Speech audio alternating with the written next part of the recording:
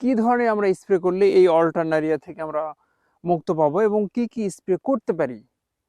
আমরা স্পেসিফিক এই অল্টারনারিয়ার জন্য একটা ওষুধ স্প্রে করব। 70-80% ফুল ঝরে গেলে আমাদের স্প্রে করতে হবে। শিশিরের মাধ্যমে বা কুয়াশার মাধ্যমে উপর থেকে এসে জীবাণুগুলো এই সরিষাতে পড়ে সরিষার বিভিন্ন রোগ হয়ে থাকে, তার মধ্যে একটা অল্টারনারিয়া। ফলন কমে যায়, চিটা হয়ে যায় এবং তেলের উৎপাদন টোটালি কমে যায়। আসসালামু আলাইকুম সম্মানিত দর্শক শ্রোতা ও কৃষক ভাইরা, আমি মোহাম্মদ আতিকুর রহমান, উপসহকারী কৃষি কর্মকর্তা। এই যে মাঠে দেখছেন, এই মাঠে অধিকাংশ সরিষাগুলো একসাথে বপন করা হয়েছিল এবং মোটামুটি 70-80% ফুল ঝরে গেছে। কিন্তু উপরে যে ফুলটুকু আছে এই ফুলটুকু আর কিন্তু ফলে রূপান্তরিত হবে না। এই সময় কিছু আন্তঃপরিচর্যা আছে যার উপর নির্ভর করবে অনেকটা আপনার ফলন এবং উৎপাদন এবং সরিষার মান বা তেলের কোয়ালিটি। সুতরাং আসুন এই সময়ে 70-80% ফুল ঝরে গেলে এই সময় আমরা সরিষাতে খেয়াল করে দেখতে পাবো যে সরিষাতে কিন্তু দু একটা দাগ লাগতে শুরু করেছে এবং এই মধ্য জানুয়ারি থেকে পরবর্তী সময়গুলোতে দেখা যায় যে কিছু জাপ পোকারও আক্রমণ হতে পারে।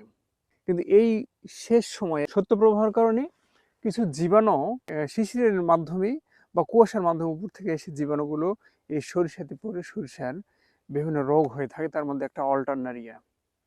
এই অল্টারনারিয়ার কারণে বা দাগ রোগের কারণে সরিষার ফলন কমে যায়, চিটা হয়ে যায় এবং তেলের উৎপাদন টোটালি কমে যায়।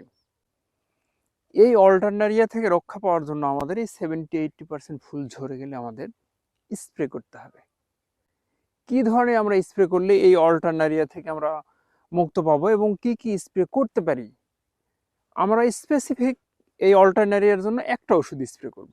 অনলি একটা ছত্রাকনাশক যদি স্প্রে করি তাহলে কিন্তু অল্টারনারিয়া নিয়ন্ত্রণ হয়ে যাবে।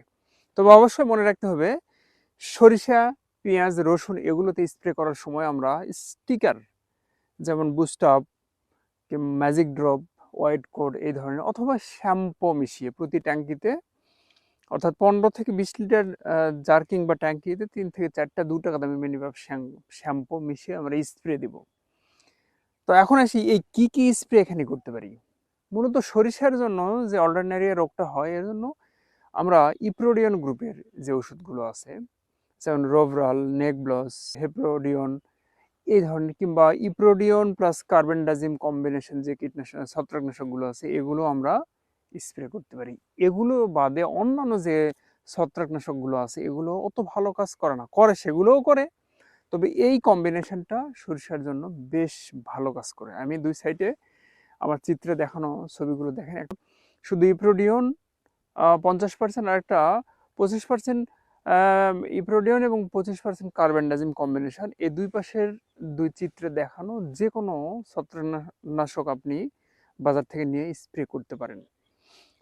তবে যদি এই সময়ে আপনার জমিতে জাপ পোকার আক্রমণ হয় কিংবা আপনার পাশের কোনো জমিতে জাপ পোকার আক্রমণ হইতে পারে, তাহলে শুধু ইমিডাক্লোপিড গ্রুপের যে ওষুধগুলো আছে বা থায়ামেথক্সাম কম্বিনেশন যে ওষুধগুলো আছে সেগুলো যে কোনো একটি, যেমন কনফিডর, টিডো প্লাস বা সলোমন এই ধরনের ওষুধগুলো আমার সাথে মিশিয়ে দিয়ে আমরা যদি স্প্রে করি তাহলে জাপ পোকাও দমন হবে, পাশাপাশি আমার অল্টারনারিয়া জনিত যে রোগগুলো আছে বা ফল পচা রোগ আছে, দাগ রোগ আছে, এই রোগগুলো আমাদের নিয়ন্ত্রণ হয়ে যাবে। পরিশেষে তেল এবং ফলের উৎপাদন বেশি হবে, সরিষার ফলন বেশি হবে, বাজার মূল্য ভালো হবে। তবে মনে রাখতে হবে এই অল্টারনারিয়া যদি এই সরিষা ক্ষেতে লেগে যায় তাহলে কিন্তু সরিষার দানা চিটা হবে, বাজার মূল্য কম হবে, তেলের পরিমাণ কম হবে, সর্বোপরি কৃষকের ক্ষতি হয়ে যেতে পারে। ধন্যবাদ সকলকে। আসসালামু আলাইকুম।